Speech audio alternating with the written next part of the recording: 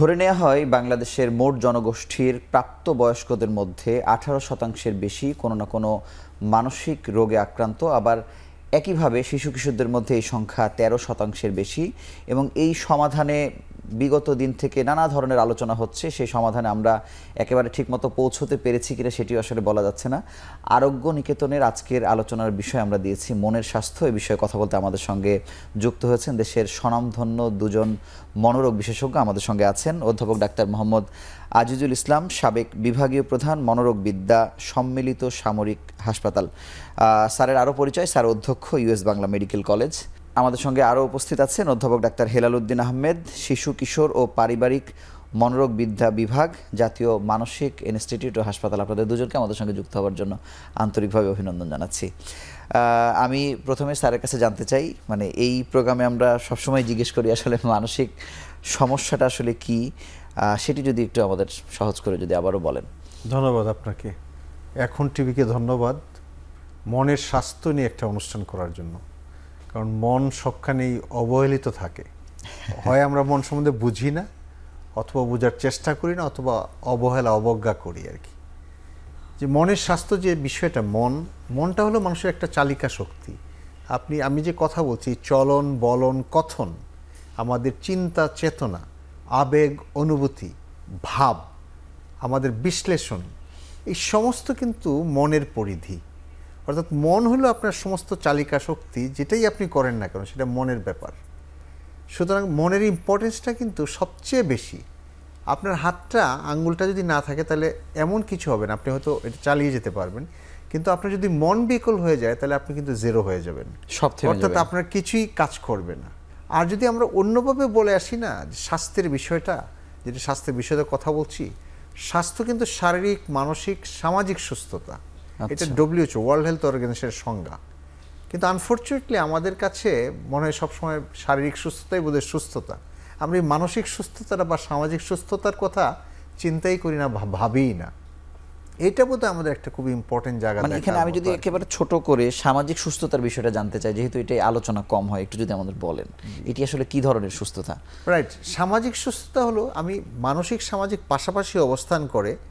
আপনি যে আজকে রাস্তা দিয়ে যে আসলেন, সেই রাস্তায় ভিড়, প্রচণ্ড ভিড় ছিল রাস্তায়, আপনি কিন্তু খুব ইরিটেট হচ্ছেন, জি, আপনি অ্যাংজাইটিতে ভুগছেন, এরকম কিন্তু ব্যাপার। এখানে দুজন মানুষ হয়তো তার থাকার জায়গা নেই, সে কিন্তু একটি অসহায় পরিবেশে থাকছে, আবার সে হয়তো কোনো অন্যায় কাজ করে ফেলছে তার জীবন বাঁচানোর জন্য।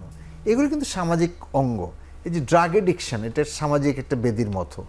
এই যে আপনার চাকরি নাই, এই যে সহিংসতা, হ্যাঁ, এই যে অবহেলা, এগুলি কিন্তু সব সামাজিক বিষয়। কিন্তু এটা তো মানসিক স্বাস্থ্যের সাথে কানেক্টেড। Exactly connected.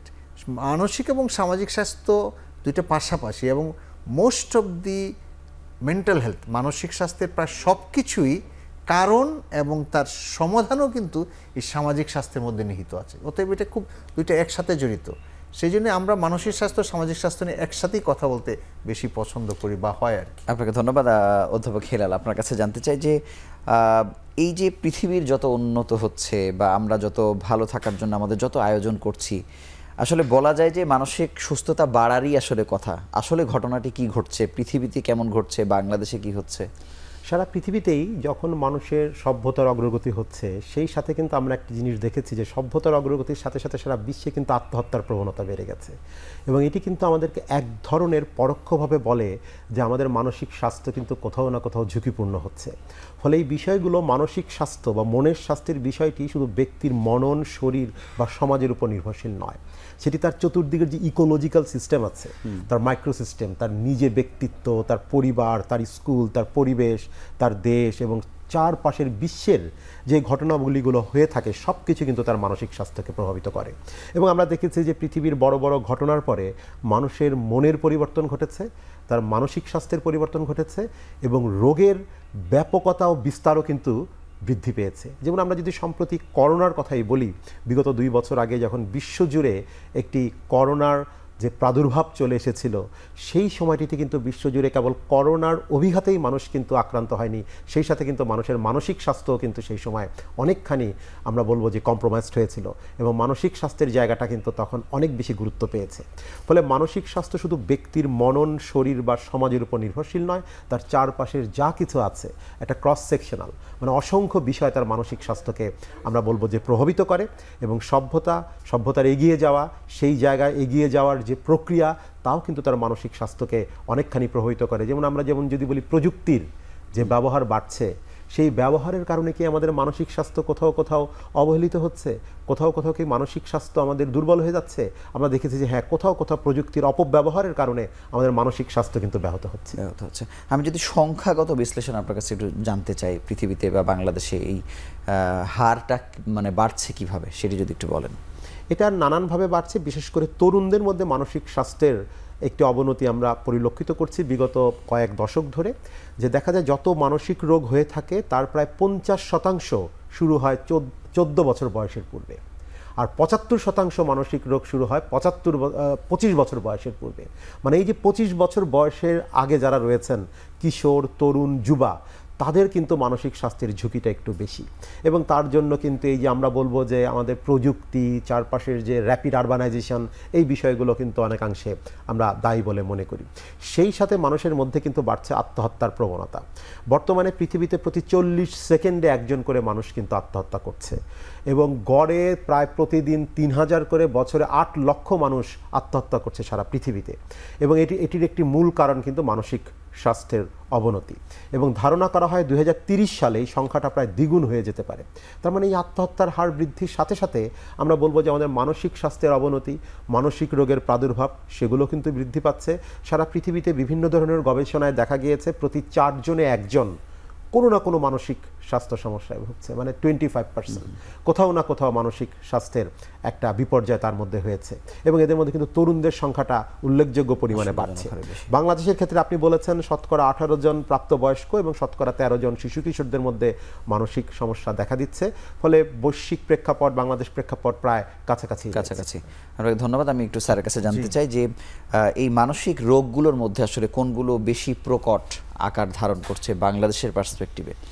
ধন্যবাদ আপনাকে। আমরা যদি মানসিক রোগের কথা বলি তাহলে অনেকগুলি ভাগে ভাগ করে বলতে হবে। আমি যদি প্রথমে শিশু কিশোরদের কথা বলি, আমরা কিন্তু বাংলাদেশে এখন অটিজম স্পেকট্রাম ডিসঅর্ডার, এটা সাধারণে দেখা যাচ্ছে বেশি, এবং এটা নিয়ে মোটামুটি আলাপ আলোচনা হচ্ছে, সামাজিক সচেতনতা বাড়ছে অটিজম। কিন্তু তার চেয়েও বেশি কিন্তু বুদ্ধি প্রতিবন্ধীর হার অনেক বেশি। কিন্তু আমাদের যে স্টাডি আছে অ্যাবাউট 2%, এটা কিন্তু অনেক বেশি, স্টাডিতে বেশি এসছে। তো এছাড়া এই যে এডিএইচডি, অতিচঞ্চল শিশু যারা, তারা অমনোযোগী শিশু, তাদের কথা বলছি। এরপরে আপনার মনে করেন শিশু কিশোরদের আচরণগত সমস্যা, কন্ডাক্ট ডিসঅর্ডার, এইগুলি কিন্তু বাচ্চাদের ক্ষেত্রে বেশ বেশি আছে। আমরা যদি অ্যাডাল্টের কাছে যাই, তাহলে কিন্তু অ্যাডাল্টের আগে আমি যদি বাচ্চা কিশোর যদি 18 বছর ধরি, তাহলে 18 বছরের মধ্যে কিন্তু ড্রাগ এডিকশন অনেক বেশি হয়ে যাচ্ছে।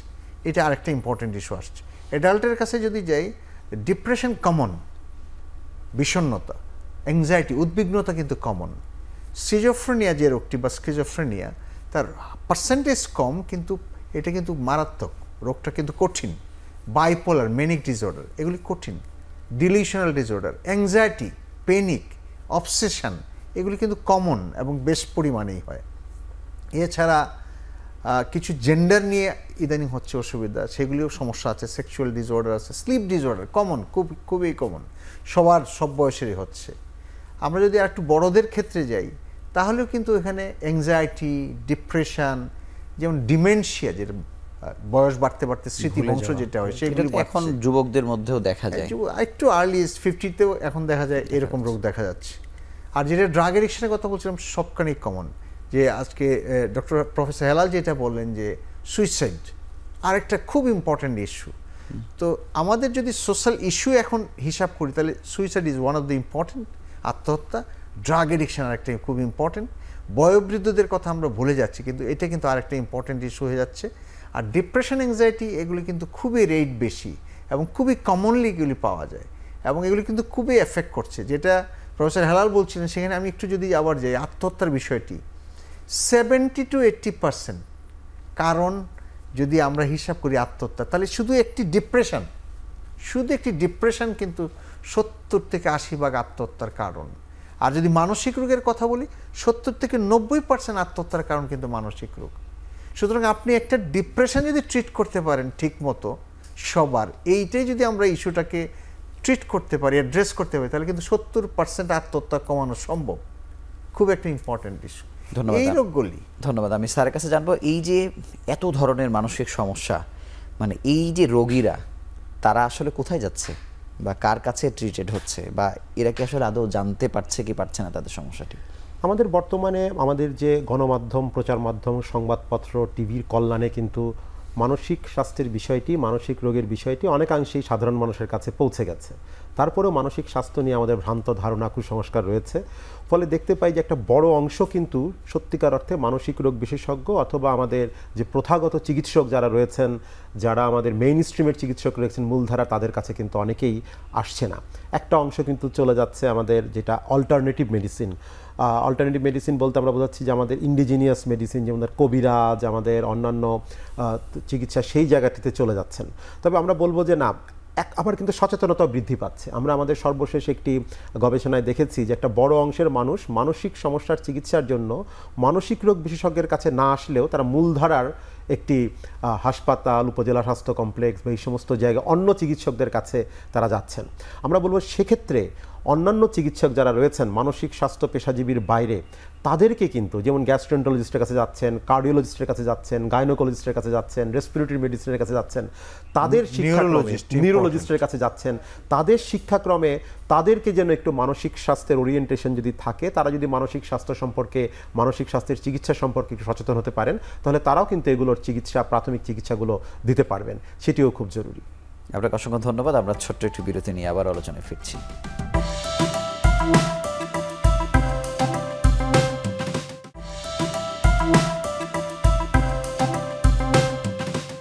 অধ্যাপক আজিজুল ইসলাম, আপনার কাছে জানবো যে এই যে মানুষ কিন্তু অন্য একটি সমস্যা নিয়ে যাওয়ার সময় সাথে সাথে তার মানসিক সমস্যার কথাটি আসলে বলছেন, এই ঘটনাটি আসলে বাংলাদেশের ক্ষেত্রে বেশি ঘটে থাকে, যেহেতু মানসিক রোগের চিকিৎসকের কাছে যাওয়ার ক্ষেত্রে পরিবারও আসলে কতটা সায় দেয় সেটি একটি ব্যাপার। সেক্ষেত্রে চিকিৎসকদের মধ্যে যে একটা ওরিয়েন্টেশন, আপনারা অনেক সোসাইটিতে কাজ করেন বা আপনাদের একটি বড়, মানে অনেকগুলো ডাক্তারের একটা সম্মিলন কোনো না কোনোভাবে হয়, এই কাজটি কি আসলে হচ্ছে কিনা? ধন্যবাদ আপনাকে। একটি আশার বাণী আছে, নিরাশার বাণী আছে, শুনতে চাই। আশার বাণী হলো যে বাংলাদেশে যে মেডিকেল কারিকুলাম আছে আন্ডার গ্রাজুয়েট MBBS লেভেলে, সেখানে কিন্তু মানসিক স্বাস্থ্যটা খুবই একেবারে কিঞ্চিত ছিল বা ছিলই না। আচ্ছা, এমন সিস্টেম ছিল যে যদি কেউ MBBS লেভেলে পড়তে যায়, মানসিক স্বাস্থ্য সম্বন্ধে এক লাইন না পড়েও পাশ করে যেত, মানে অনেকটা ফোর্থ সাবজেক্টের মতো এরকম এই ব্যাপারটা। কিন্তু আমরা ক্রেডিটটা নিতে চাই বাংলাদেশ অ্যাসোসিয়েশন অফ সাইকিয়াট্রিস্ট, আমাদের একটি প্ল্যাটফর্ম। আমরা বিগত কয়েক বছর হেলালেও চেষ্টা করেছে, আমরা সবাই এই প্ল্যাটফর্ম থেকে অনেক কষ্ট করে, অনেক চেষ্টা করে একটি পরিবর্তন আনতে পেরেছি। আচ্ছা, সেই পরিবর্তনের মাধ্যমে MBBS লেভেলে এখন পড়তে হবে মানসিক স্বাস্থ্য। আমরা কেন এটা করেছিলাম? আমি আগেই বলেছিলাম স্বাস্থ্যের সংজ্ঞা। একজন চিকিৎসক, যিনি প্রাথমিক চিকিৎসক MBBS, যিনি উপজেলাতে ইউনিয়ন লেভেলে কাজ করেন, উনি যদি মানসিক স্বাস্থ্যের সম্বন্ধে না জানেন, তাহলে 1/4 of the population, 1/5 of the population, 20%, 18% আপনারা বলছেন বঞ্চিত হচ্ছে। তাহলে 18% মানুষ কিন্তু চিকিৎসা পাবে না। তাহলে এই সমাজের বা এই জনগোষ্ঠীর কি হবে? অতএব প্রাথমিক পর্যায়ে যারা পড়ালেখা করেন MBBS এ, তাদেরকে এটা শেখাতে হবে, এবং আমরা এটা সামর্থ্য হয়েছি। এবং এটা একটা বোর্ড, কত বছর আগে যুক্ত হয়েছে? এটা 20 সালে যুক্ত হয়েছে। আচ্ছা, খুবই 25 যারা পরীক্ষা দিবে তারা একটি ভাইভা বোর্ড থাকবে, যেখানে যেতে হবে এবং পড়তে হবে। এটা একটা খুব ভালো দিক হয়েছে। এটা হলো আশার কথা। নিরাশার কথা হলো যে মানসিক রোগের ব্যাপারে কুসংস্কার অনেক বেশি, এবং আমাদের নিজেদের মধ্যেও সেটা আছে। আমরা কিন্তু এটা নিয়ে উদ্বিগ্ন থাকি, এবং আমরা বলছি, প্রফেসর হেলাল এগুলিতে খুব ভালো এক্সপার্ট জানেন, এবং এই কুসংস্কারটা যত বেশি শিক্ষিত তাদের মধ্যে তত বেশি। আচ্ছা, প্রমাণিত, এটা শুধু মুখের কথা না। ইভেন যে একজন ডাক্তার যখন তার সাবজেক্ট নির্ধারণ করেন আমি কোন ডিসিপ্লিনে যাব, সেখানেও কি আসলে আমি এমনও শুনেছি মানসিক ইনস্টিটিউটের এক চিকিৎসকের মুখে যে তিনি যেতে চাইছেন, মনের স্বাস্থ্যের বিশেষজ্ঞ হতে চাচ্ছেন, কিন্তু তার পরিবার তাকে বাধা দিয়েছে, তুমি কেন যাবে, এই বিষয়ে ব্যাখ্যা করতে চাই। এটাও ছিল, বাট এটা বোধহয় এখন কিছু দূরীভূত হয়েছে, বিকজ এই যে আপনাদের মতো যারা মিডিয়াতে কাজ করছে, আমাদের প্রচার যথেষ্ট হচ্ছে, মানুষের ধারণাটা ভাঙছে, বৈজ্ঞানিক চিকিৎসার বিষয়টি সামনে চলে আসছে, সেই জন্য হয়তো এরকমভাবে আর অবহেলিত নাই, এখন আসছে মানুষ। বিকজ আমি যদি FCPS এর কথা বলি, এমডির কথা বলি, তাহলে ভর্তি পরীক্ষার কথা বলি, তাহলে দেখবো অনেক ডাক্তার অনেক চেষ্টা করছে যাতে তার পোস্ট গ্রাজুয়েশন করতে পারে। তা আপনার যে আগের প্রশ্নটা আমি মানে যারা মানে ইতিমধ্যে অন্য সাবজেক্টে যারা চিকিৎসক হয়েছে তাদের কিন্তু এই ধারণাটা খুব ন্যারো, সংকীর্ণ, অনেক সময় বুঝতে পারে না। আরেকটা বিষয় আছে, রেফারাল যে সিস্টেমটা, এটা আমাদের দেশে গড়ে ওঠে নেই। রেফারাল কিন্তু খুব ইম্পর্টেন্ট। আপনি যে কথা বলছিলেন যে একজন রোগী চিকিৎসার জন্য গেল, তার মনের যে কম্পোনেন্টটা, এটা কিন্তু আমি বুঝতেই পারি না। আমাকে যে মনের কম্পোনেন্টটাকে অ্যাড্রেস করতে হবে, সেটা কিন্তু অন্য বিশেষজ্ঞরা মানে এই ওরিয়েন্টেশনটা চিকিৎসকের মধ্যেও যদি না থাকে, উনি তো ওই রেফারেলের দিকেও তো উনি যাবেন না। রাইট, এখানে তো একটা সংকীর্ণতার একটা বিষয় থেকে যায়, আমাদের নিরাশার দিকটা। বাট আমরা আশা করছি, যেটা প্রফেসর হেলাল বললেন, যদি ওই সমস্ত সাবজেক্টে আগে ছিল কিছু কিছু সময়ে যে কিছু মানসিক স্বাস্থ্যের সম্বন্ধে ওরিয়েন্টেশন, মানসিক স্বাস্থ্য সম্বন্ধে কিছু পড়া যদি হয়, তাহলে কিন্তু তার সে ওরিয়েন্টেশন থাকবে। আমরা একটা কথা আছে আমাদের ডাক্তারিতে, the eye cannot see what the mind does not know. আপনার চোখ দেখবে না যদি মন আপনি না জানে। সুতরাং মন যদি আপনি জানে, তাহলে কিন্তু আপনি তাকে প্রশ্নটা করতে পারবেন, তখন কিন্তু আপনি একটু রেফারও করতে পারবেন। একটা রেফার যখন করা হয়, মানসিক কম্পোনেন্ট যখন থাকে একটা রোগের মধ্যে, সে মনে করেন একজন হার্টের চিন্তা করে কার্ডিওলজিস্টের কাছে গেছে, কিন্তু এটা আসলে হার্টের কোনো অসুবিধা নেই, সমস্ত পরীক্ষা করা হয়ে গেছে। আমরা যদি এই রুগীটাকে রেফার করি সাইকিয়াট্রিতে, হয়তো সে প্যানিকে ভুগছে, অ্যাংজাইটিতে ভুগছে, তাহলে কিন্তু খুব সুন্দর করে তার জীবনটা সুন্দর হবে এবং সুন্দর চিকিৎসাটা হবে। এই ওরিয়েন্টেশন তো আমাকে থাকতে হবে। অনেকে হয়তো না জেনেও হয়তো পাঠাচ্ছেন না, তিনি জানেনই না যে আসলে সমস্যা, সেই বিষয়টি বলছি আর কি। অর্থাৎ এখানে আমাদের যারা অন্য স্পেশালিটি আছে, তাদেরও এই ব্যাপারে ওরিয়েন্টেশনটা খুব জরুরি, এবং রেফারেল সিস্টেমটা গড়ে ওঠা কিন্তু খুব জরুরি। সেটা সব লেভেলে, প্রাইমারি থেকে সেকেন্ডারি। আমরা একটা প্রতিবেদনে দেখিয়েছি যে বাংলাদেশের 15 থেকে 20% চিকিৎসক তারা হচ্ছে মানে ওভার ক্রাউডেড থাকেন বা ওভারলোডেড থাকেন। আবার দেখা যাচ্ছে যে যোগ্য হয়েও মানে তার কাছে, তার চেম্বারে রোগীরা যাচ্ছে না, উনি কিন্তু বেশি রোগী দেখতে পাচ্ছেন না, নানা ধরনের উনিও ক্ষতিগ্রস্ত হচ্ছেন, আরেকজনের কাছে সর্দি জ্বর নিয়ে মানুষ যাচ্ছে আর কি, দুটোই আসলে লস হচ্ছে। আমি স্যারের কাছে একটু জানতে চাইবো যে এই মানসিক সমস্যার অনেকগুলো বিষয়ের মধ্যে আসলে ট্রমা সামনে চলে আসে। কোভিডের মতো আমরা একটি বড় ধাক্কা পেরিয়ে গেলাম, একটি পট পরিবর্তন হলো। ছাত্ররা তাদের আন্দোলনে বলছে প্রায় 8 শতাধিক, কোনো ক্ষেত্রে 1000 মানুষের মৃত্যুর ঘটনাও আসছে, কিন্তু এই ঘটনাগুলো আসলে সোশ্যাল মিডিয়াতে বেশি পরিচিত হয়েছে। সরাসরি গুলির ঘটনা ঘটেছে। ঢাকা মেডিকেলে আমরা দেখলাম যে 79% যারা হাসপাতালে এসেছেন তারা সবাই গুলিবিদ্ধ। কিন্তু তার থেকে বড় অসুবিধার বিষয় হচ্ছে যে এগুলো সব কিছুই গণমাধ্যমে কম আসলেও সোশ্যাল মিডিয়াতে সব ওপেনলি এসেছে। এটি আসলে আমাদেরকে কোনো দিক থেকে ক্ষতিগ্রস্ত করছে কিনা? অবশ্যই যে কোনো ধরনের ট্রমা, এই ধরনের সহিংসতার মুখোমুখি হওয়া, হত্যাযজ্ঞ অথবা নৃশংসতা, এই বিষয়গুলো যখন ঘটে থাকে, সেটি এই ধরনের ছাত্র গণ আন্দোলন থেকে শুরু করে প্রাকৃতিক দুর্যোগ, মানবসৃষ্ট দুর্যোগ, এমনকি যুদ্ধের পরেও একটা সকলের মধ্যে কিন্তু একটা ট্রমা বা একটা মানসিক চাপ, এক ধরনের আঘাত তাদের মধ্যে কিন্তু হয়। যারা নিহত হয়েছেন তাদের স্বজন, যারা আহত হয়েছেন তারা, যারা রেডিও, টেলিভিশন, সামাজিক যোগাযোগ মাধ্যম, সংবাদপত্র এগুলো প্রত্যক্ষ করেছে তারা, যে চিকিৎসক নার্সরা তাদেরকে চিকিৎসা দিয়েছেন তারা, এমনকি যারা দূর থেকে দেশের বাইরে থেকে শুধুমাত্র শুনেছেন বা খানিকটা দেখেছেন, তারা প্রত্যেকেই কিন্তু কোনো না কোনোভাবে এই ট্রমায় আক্রান্ত হয়েছেন। এবং প্রাথমিকভাবে এই ট্রমাটি তাদের ভেতরে একটি উদ্বিগ্নতা তৈরি করে, যেটিকে আমরা অ্যাকিউট স্ট্রেস ডিসঅর্ডার বলি। তাদের ঘুমের সমস্যা তৈরি করে, নিরাপত্তাহীনতা তৈরি করে, একটা অসহায়ত্ব তৈরি করে, এবং কিছুদিন পরে সেটি কিন্তু বিষণ্ণতায় রূপ নিতে পারে। আরেকটু দূরবর্তী পরে 1-1.5 মাস পরে সেটিকে আমরা বলে থাকি পোস্ট ট্রমাটিক স্ট্রেস ডিসঅর্ডার, মানে আঘাত পরবর্তী একটি মানসিক চাপ তাদের মধ্যে আসতে পারে। এই বিষয়গুলো কল্পনা করেই তাদের মধ্যে একটা মানসিক উদ্বিগ্নতা তৈরি হতে পারে। দুটো বিষয় মনে রাখতে হবে। একটি হচ্ছে যারা ইতোমধ্যে ট্রমায় পড়ে গেছেন তাদের চিকিৎসা ও ম্যানেজমেন্টের দায়িত্ব নিতে হবে।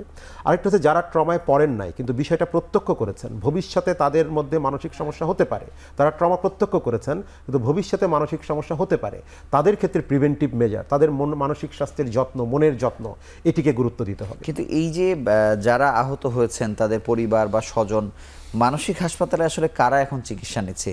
এই ডিসঅর্ডারে পড়ে গেছে এমন কি কেউ আসছে নাকি তারা বুঝতে মানসিক পারছেন? জাতীয় মানসিক স্বাস্থ্য ইনস্টিটিউটে আমাদের কিন্তু একটি আলাদা একটি সেল গঠন করা হয়েছে, একটি বহির্বিভাগ রয়েছে। সেখানে আমাদের চিকিৎসকরা এই ঘটনায় যারা ট্রমাটাইজড হয়েছেন তাদেরকে চিকিৎসা দিচ্ছেন। কেমন পাচ্ছেন মানে সেই রোগী? আমরা যেমন আমি ব্যক্তিগতভাবে যদি বলি, আমার ব্যক্তিগত চেম্বারে আমরা পেয়েছি যে একজনের একটি বেসরকারি বিশ্ববিদ্যালয়ের ছাত্র, তার গায়ে যখন কিছুটা ছড়রা গুলির আঘাত লাগে, সেই আঘাত যখন তার হিল হচ্ছিল, মানে ঠিক হয়ে যাচ্ছিল, তারপরে তার ভেতরে কিন্তু সে আঘাতের প্রত্যেকটি জায়গাকে তার এক ধরনের অন্য একটি রোগ ছিল, সেটিকে আমরা বলি অবসেসিভ কম্পালসিভ ডিসঅর্ডার, ওসিডি।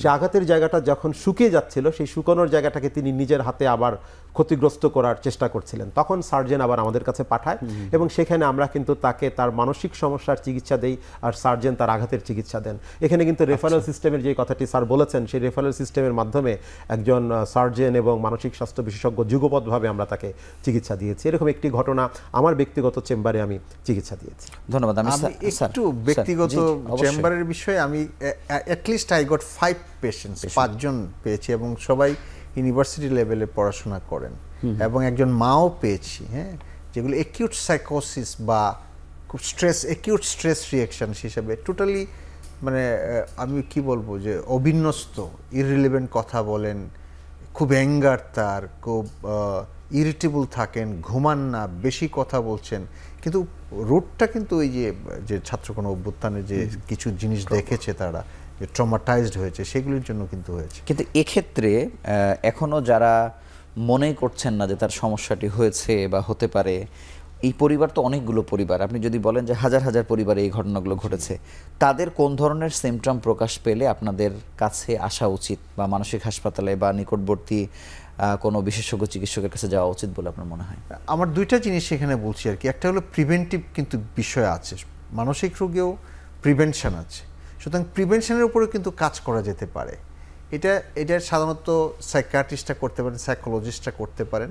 প্রিভেনশনের ক্ষেত্রে এই জিনিসগুলি যাতে ট্রমাটা যাতে অ্যাবজর্ব হয়, ট্রমাটা যাতে মনের সাথে মিশে যায়, যাতে এটা ক্ষতিকর কিছু না নিয়ে আসে, সেই জন্য কিন্তু তাকে কিছু প্রশিক্ষণ দেওয়া যেতে পারে। প্রাইমারি ফার্স্ট এড, যেটা এমনিতে ফার্স্ট এড যেরকম আছে, আমাদের সাইকোলজিক্যালও ফার্স্ট এড আছে কিন্তু, সেইগুলি দিয়ে কিন্তু তাকে ভালো রাখার চেষ্টা করা যেতে পারে যাতে এই রোগটা নাই আসে। কিছু রিল্যাক্সেশন থেরাপি বা কিছু মেডিটেশন বা কিছু ফিজিক্যাল এক্সারসাইজ সব মিলে কিন্তু একটা হতে পারে। এটা প্রিভেনশনের কথা বলছি। আর সাধারণত যদি রোগ হিসাবে আসে না, তাহলে প্রথম যে সিমটমটা হয় উদ্বিগ্নতা হয়, ঘুমের অসুবিধা হয়। এই দুইটা জিনিস, পোস্ট ট্রমাটিক স্ট্রেস ডিসঅর্ডার যেটা বললো পিটিএসডি, সেটা কিন্তু এরকমভাবে আসে, ঘুমটাতে খুব প্রবলেম হয় এবং ঘুমাতে যখন যায় তখনও ফ্ল্যাশব্যাক হয়, সব এই যে সিনেমার মতো ফ্ল্যাশব্যাক হয়ে আসে। এটা কিন্তু তাকে খুব কষ্ট দেয় এবং সেই জন্য ফ্ল্যাশব্যাক যখন হয় তখন অটোনমিক নার্ভাস সিস্টেম, শরীরের নার্ভাস সিস্টেমের অ্যাকশন বেশি হয়, তখন কিন্তু তার উদ্বিগ্নতাটা বেড়ে যায়, পালপিটেশন হয়, অস্থিরতা হয়, শ্বাসকষ্ট হয়, সোয়েটিং হয়, ঘুমাতে পারে না, বিবিড স্বপ্ন দেখে, খুব খারাপ স্বপ্ন দেখে। এই যদি হয় তাহলে কিন্তু পোস্ট ট্রমাটিক স্ট্রেস ডিসঅর্ডার, এটা তো ভালো চিকিৎসাই আছে, চিকিৎসা করা যেতে পারে। স্যার, আপনাকে অসংখ্য ধন্যবাদ। আমরা আরও একটি ছোট্ট বিরতি নিয়ে আবার আলোচনায় ফিরছি।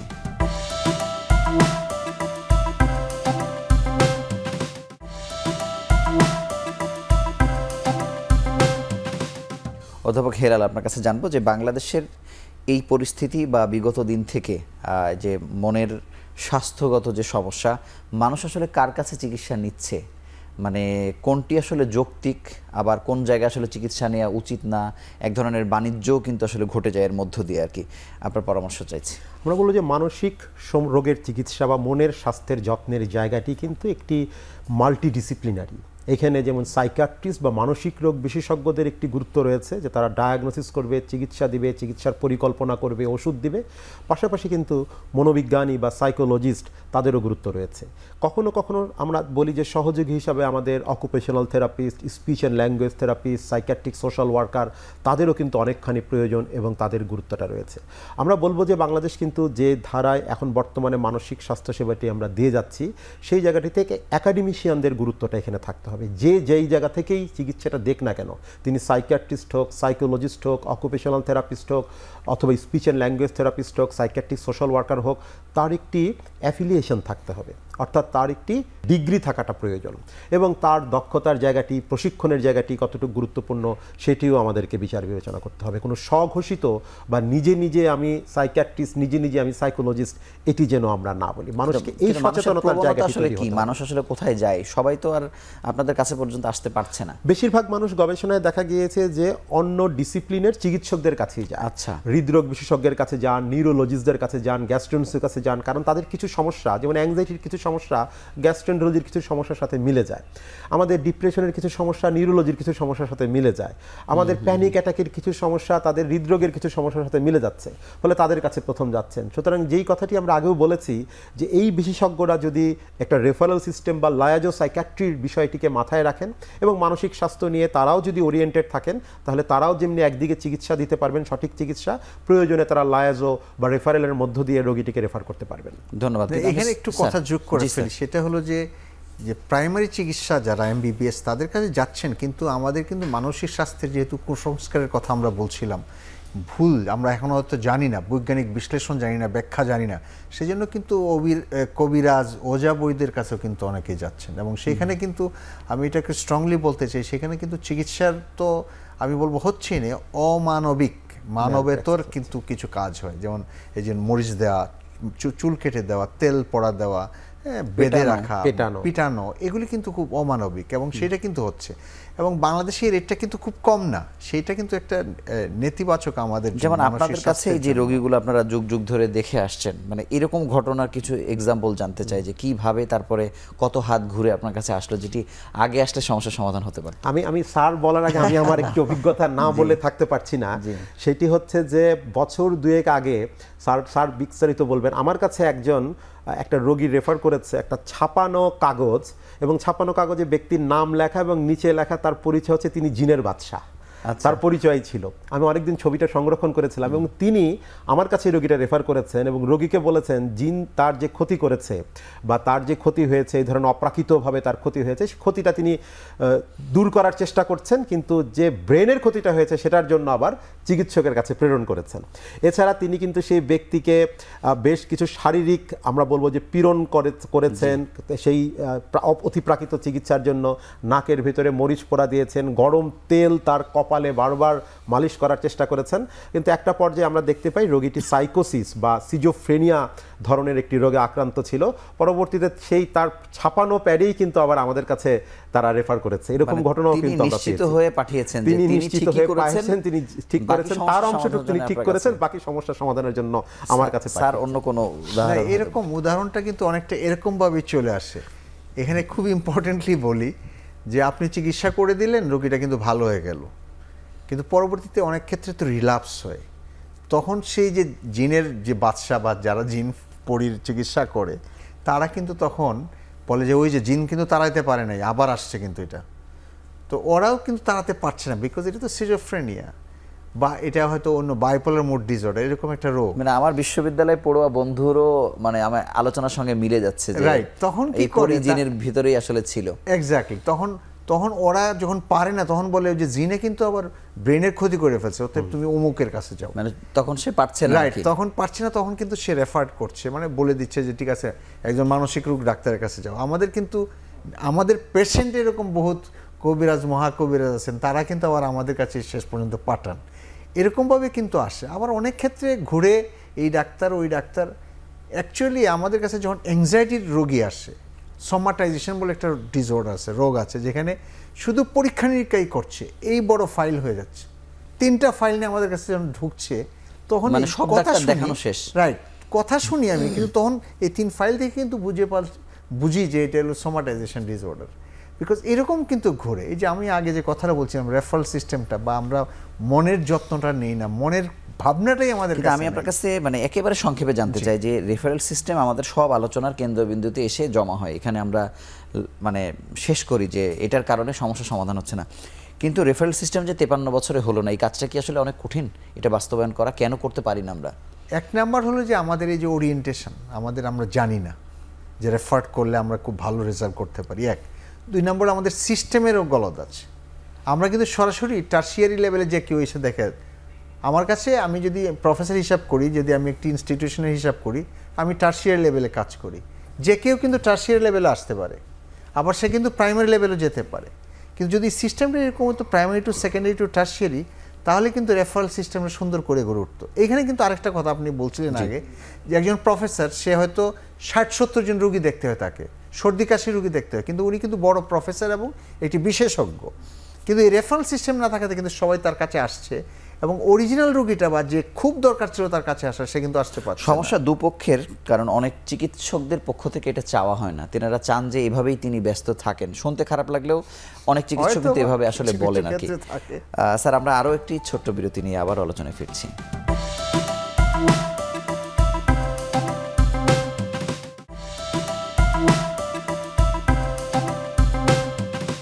অধ্যাপক হেলাল, আপনার কাছে জানবো যে এই যে সচেতনতার কারণে আপনি দেখবেন যে কোভিড পরবর্তী সময়ে এত বেশি মানে টেলিভিশনগুলোতে বা পত্রিকাতে আলোচনা হয়েছে, মানসিক স্বাস্থ্য বিশেষভাবে গুরুত্ব পেয়েছে, কিন্তু এই কারণে রোগ যত বেড়েছে সেই অনুযায়ী কি আমাদের প্রস্তুতি বেড়েছে?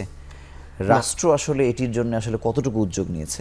একদমই বাড়েনি। এই কারণেই যে আমরা বলেছি যে আমাদের বিগত যে সর্বশেষ একটি গবেষণায় দেখা গেছে যে মানসিক রোগ যারা ভুগছেন, মানসিক রোগের লক্ষণ নিয়ে তাদের একটা বড় অংশ চলে যাচ্ছেন, যে বারবার এই কথাটাই আসছে, উপজেলা স্বাস্থ্য কমপ্লেক্সে চিকিৎসকের কাছে, তার নিকটবর্তী জায়গাটাতে। কিন্তু সেখানে যে সে কিন্তু সেই চিকিৎসাটা পাচ্ছে না, কারণ ওই জায়গাটিতে যে চিকিৎসক রয়েছেন তিনি মানসিক স্বাস্থ্যে, স্যারের কথা যেটি বললেন যে বিগত দিনে আমাদের MBBS কারিকুলামে মানসিক স্বাস্থ্য অবহেলিত, মানে ওই ডাক্তারগুলোকে পেতে আমাদের আরো কয়েক বছর অপেক্ষা করতে হবে। সেই জায়গাটিতে যদি আমরা আমরা যেগুলো শর্ট টার্ম ট্রেনিং সেখানে না দেই, তাহলে কিন্তু সেই রোগীরা ঘুরে ফিরে আবার সেই কবিরাজের কাছে চলে যাবে, আবার সেই ইন্ডিজিনিয়াস ট্রিটমেন্টের কাছে চলে যাবে। ফলে আমাদের প্রাথমিক স্বাস্থ্যসেবায় মানসিক স্বাস্থ্যকে আমাদের কমন মেন্টাল ডিসঅর্ডার, যেগুলো প্রাথমিক পর্যায়ে শনাক্ত করা এবং চিকিৎসা দেওয়া সম্ভব, সেই বিষয়ে একটি প্রশিক্ষণ বা এই জায়গাটিতে আমাদের গুরুত্বটা বেশি দিতে হবে টার্সিয়ারি লেভেলের চাইতে প্রাথমিক পর্যায়ে। না হলে কিন্তু আবার ঘুরে ফিরে রোগীরা সেখান থেকে অন্যত্র চলে যাবে। ধন্যবাদ। আমি স্যারের কাছে জানবো যে তাহলে মোটা দাগে একজন সাধারণ মানুষও যিনি বুঝতে পারছেন না, সবথেকে বড় সমস্যাটা এটি যে তিনি মানসিক রোগে আক্রান্ত কিনা, মানে কেমন লক্ষণ প্রকাশ পেলে বা কখন আসলে মনে করবেন যে আসলে আমার একটু যাওয়া উচিত বা দেখিয়ে নেওয়া উচিত? জি, ধন্যবাদ আপনাকে। খুব সাধারণে যদি আমি বলি আর কি, কমনলি কথা বলি, ঘুমটা কিন্তু একটা ইম্পর্ট্যান্ট ইস্যু। ঘুম হয় না, ঘুম ভেঙে যায়, ঘুম থেকে উঠে ফ্রেশ লাগে না, এটা কমন আমাদের দেশে। এইটা নিয়ে আসেন। আরেকটা ইম্পর্ট্যান্ট ইস্যু যেটা সাধারণত নিউরোলজিস্টের কাছে চলে যায়, হেডেক, মাথা ব্যথা খুব একটা ইম্পর্ট্যান্ট ইস্যু। মানুষ প্রেজেন্ট করে এরকমভাবে, সেই জন্যই কিন্তু অন্য অন্য জায়গাতে অন্য ডিসিপ্লিনে চলে যায়। তাহলে ঘুম হয় না, মাথা ব্যথা কিন্তু খুব কমন। তারপর যেগুলি আসলে উদ্বিগ্নতার লক্ষণগুলি খুব ইম্পর্টেন্ট। অস্থিরতা, কিছু ভাল লাগে না, ডিপ্রেশনের মধ্যে এসে বলে যে কিছু ভাল লাগে না, কোনো কিছু করতে ইচ্ছা করে না, আগের মতো মনের মধ্যে জোর পাই না, কিছু করতে যাইতে পারি না, আগে 5টা তরকারি রান্না করতাম ছেলের জন্য, এখন একটা তরকারি কথা চিন্তাগুলি ভয় পাই, আমি আর কিছু করতে পারি না, এগুলি কিন্তু কমন। যদি পেনিক হয় তাহলে পালপিটেশন, বুকে ধরপড়, অস্থিরতা, এগুলি কিন্তু কমন। আর স্কিজোফ্রেনিয়া যে রোগটা, সেটা হলো ইম্পর্টেন্ট, সেটার গুরুত্ব দেওয়া উচিত এই জন্য যে এটা কিন্তু এই যে কবিরাজ বা উজা বৈদ্যর কাছে যায়, বিকজ এইখানে কিছু বিষয় আসে, যেমন গায়েবী কথা শুনে, গায়েবী আওয়াজ শুনে, কেউ নাই অথচ কথা শুনি, এই জিনিসগুলি কিন্তু ইম্পর্টেন্ট। সন্দেহ করে কেউ তার ক্ষতি করবে, কেউ তার পিছনে লাগছে। ইদানিং একটা সন্দেহ হলো কেউ কম্পিউটারে দেখে, তারপর স্যাটেলাইট দিয়ে তাকে দেখে ফলো করে, এগুলি কিন্তু ইদানিং কমন স্কিজোফ্রেনিয়া রোগের জন্য। তো এই জিনিসগুলি কিন্তু আমাদেরকে লক্ষ্য রাখতে হবে। আর আরও কিছু ইম্পর্টেন্ট হলো শিশু কিশোর লাস্টের যে বিষয়টি আপনি বলছেন, মানে এটির ক্ষেত্রেই তো বিভ্রান্তিটা সবথেকে বেশি ঘটে, যে মানুষ মনেই করে ফেলে যে জিন বা পরি, মানে তার মানে এটার কোনো অস্তিত্ব আসলে নাই, নাকি কোনো না কোনো আসলে আছে। আমি এটা নিয়ে আমি 2টা টেলিভিশন প্রোগ্রামও করেছিলাম, জিনের সাথে, হুজুরদের সাথে প্রোগ্রাম করেছিলাম। জিন তো আমাদের আছে, বিশ্বাস করতে হবে, কিন্তু জিন কিন্তু আগুনের তৈরি, আমরা কিন্তু মাটির তৈরি। এই যে জিনে ধরে যদি বলি আমরা, তাহলে আগুন যদি আমার শরীরে ধরে, ভর করে, তাহলে আমি বেঁচে আছি কেমনে, বা ওই রুগীটা বেঁচে আছে কেমনে? আগুন দিয়ে। আর কোথাও কিন্তু কোরআন শরীফে এরকম লেখা নাই যে জিন মানুষের ধরছে, এরকম কিন্তু কোথাও লেখা নাই। আমি ক্লিয়ার এটা এই ব্যাপারে। সুতরাং এটা কিন্তু ভ্রান্ত কথা। জিন বিশ্বাস করি আমি, কিন্তু জিনের দৌড়ে তার শরীর জ্বালাপোড়া করে, এটা বলতে জিনে ধরছে। শরীর জ্বালাপোড়ার তো বিশ্লেষণ আছে, সে মনে করেন যে কানে আওয়াজ শোনাটার কথা বলছি, আমরা ব্যাখ্যা করছি, বৈজ্ঞানিকরা ব্যাখ্যা করছেন যে ডোপামিন নামে একটা কেমিক্যালস নিউরো ট্রান্সমিটার বলি আমরা, সেটা ব্রেনে যদি ওভার অ্যাক্টিভ হয়, বেশি কাজ করে, তাহলে কিন্তু তার এই হ্যালুসিনেশন হয়, কানে আওয়াজ শোনে। আমরা কিন্তু যদি এই ডোপামিনটা লেভেলটা কমিয়ে দিতে পারি, তাহলে কিন্তু কানে আওয়াজ চলে যাচ্ছে। সো ইট প্রুভস যে এটা কিন্তু জিনেপতির হিসাব না, এটা সেই কেমিক্যালসের হিসাব। আসলে এই জিনিসটাও হয়তো আমরা পৌঁছাতে পারছি না মানুষের কাছে, সেটা একটা এই তথ্যটা আসলে পৌঁছানো যাচ্ছে না। রাইট, ধন্যবাদ। আমি অধ্যাপক হেলাল আপনার কাছে জানবো যে অন্যান্য রোগের ক্ষেত্রে মানুষের একটা খরচের ভয় থাকে, যে আমি কিডনি রোগে পড়েছি, ডায়ালাইসিস করতে পারবো না, ক্যান্সার রোগে পড়েছি, আমি হয়তো অন্য কোনো বড় চিকিৎসার দিকে যেতে পারছি না। কিন্তু মানসিক রোগের ক্ষেত্রে সমস্যাটা আসলে অন্য জায়গায়, তিনি বুঝতেই পারছেন না। এটিকে আসলে খরচের দিক থেকে খুব বেশি সমস্যার কোনো কারণ কিনা, আপনি কি মনে করেন? না, আমরা একদমই মনে করি না, কারণ মানসিক রোগের ভেতরে দু ধরনের রোগ আছে স্যার যেগুলো বললেন। একটি হচ্ছে কমন মেন্টাল ডিসঅর্ডার, যে রোগী নিজেই বুঝতে পারে তার কোনো না কোনো সমস্যা হচ্ছে, যেটাকে আমরা একসময় বলতাম নিউরোসিস। আরেকটি হচ্ছে গুরুতর মানসিক সমস্যা বা সিভিয়ার মেন্টাল ডিসঅর্ডার বা মেজর মেন্টাল ডিসঅর্ডার, যেখানে রোগী বুঝতে পারে না তার ভেতরে কোনো মানসিক সমস্যা আছে, স্বীকার করে না, যেমন বাইপোলার মুড ডিসঅর্ডার, সিজোফ্রেনিয়া, সেক্ষেত্রে। এবং দুটো রোগের ক্ষেত্রে আমরা বলবো আমাদের ওষুধের প্রয়োজন রয়েছে, কাউন্সিলিংয়ের প্রয়োজন রয়েছে, দৈনন্দিন লাইফস্টাইল চেঞ্জের প্রয়োজন রয়েছে। এখানে কিন্তু খরচটা অন্যান্য শারীরিক রোগের তুলনায় অত্যন্ত কম।